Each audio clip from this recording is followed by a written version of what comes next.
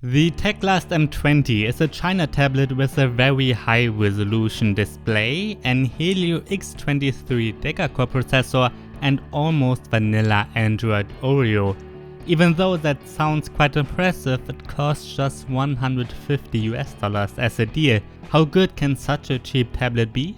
I'm NJ for mynexttablet.com and this is my Teclast M20 review.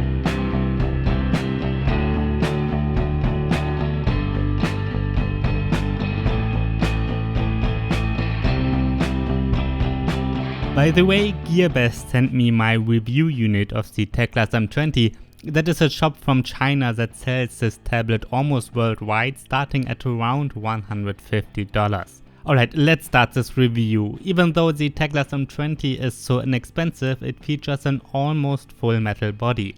We get a full metal back and there's a very small frame around the display made of plastic.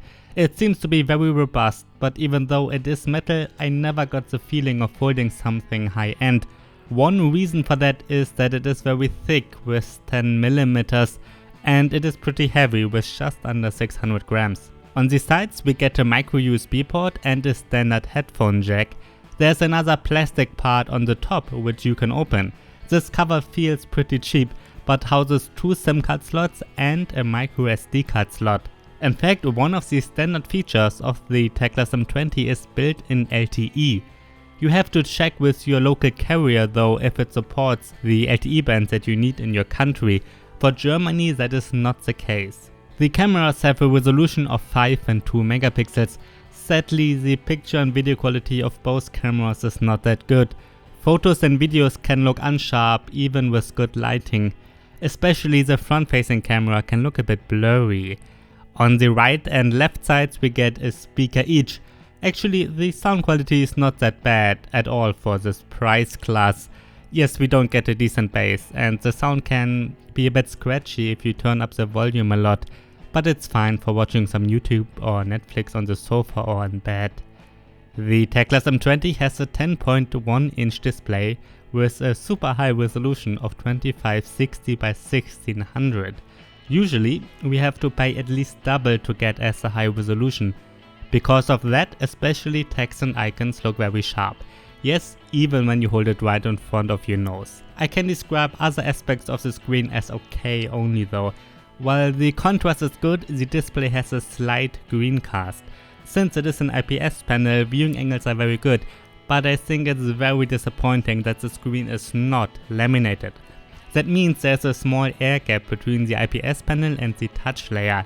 Because of that you will see reflections much easier and the screen is a bit dark. You won't be able to use it in direct sunlight. Sometimes I'm not sure what I should say about not laminated screens. Others like the 2018 iPad have this issue too and everybody is fine with that. But on the other hand, a direct competitor in this price range is the Amazon Fire HD 10. And that one does have a laminated screen. By the way, the display does not have any coding to minimize fingerprints, you will see those very fast. Inside the Teclast M20 runs a MediaTek Helio X23 deca-core processor. That one has 10 cores in total, with 2 of them clocked at up to 2.3 GHz.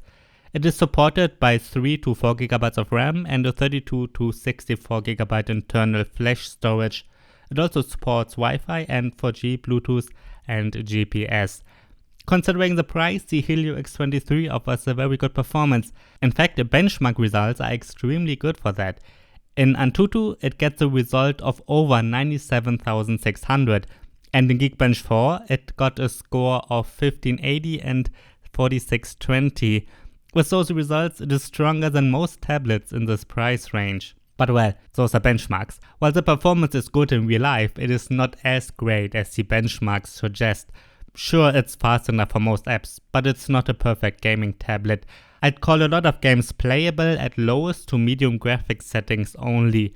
Actually, games like Asphalt 8 and Mortal Kombat 5 run very nicely. I've been able to play Into the Dead 2 at medium settings too, but did notice some minor lags. Another game I tried is PUBG Mobile. That one does run at lowest and medium graphics settings, but in both cases you might see some stuttering from time to time. That seems to be the case with almost all tablets though. So while it's not a perfect gaming tablet, it is good enough for most games, at least if you're fine with playing those at lowest to medium graphics settings. Other apps like YouTube or Chrome run without any issues at all. The Teclast M20 is running Android 8.0 Oreo out of the box, and that is great. I don't think that it will ever get an update to Android Pie though. Almost no tablet in this price range will ever get such an update. I love that there's no heavy UI on top of Android.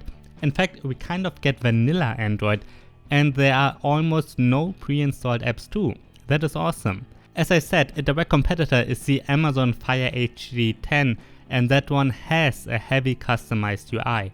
Regarding this, I certainly prefer the Teclast M20. Well, since it pretty much is vanilla Android, I don't have much to say about the software, except for one thing. While you can find and install Netflix from the Play Store, it does not support the necessary DRM standards to watch movies in HD. You can watch everything, but not in HD. A very disappointing aspect of my review is the battery life. In my standard battery test, the Teclast M20 got a runtime of 7 hours only. To test the battery, I'm always looping an HD video at medium brightness. You can see in my comparison chart that those 7 hours are pretty bad.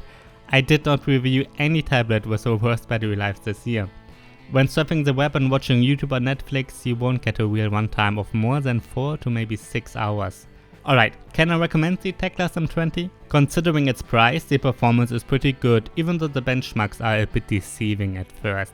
The build quality is alright and the screen is good enough, but could be much better. I really like that we are getting almost vanilla Android here, but the battery life is pretty weak. Considering it costs just $150 US, the Teclast M20 is not bad. At this price we don't get any tablet with a higher resolution screen, but it's hard to really recommend it. Mainly because of the screen. I really wish it would be laminated, but it's not. Let's check out some alternatives. A direct competitor is the Amazon Fire HD 10. Depending on the country, it costs roughly the same and has a good performance.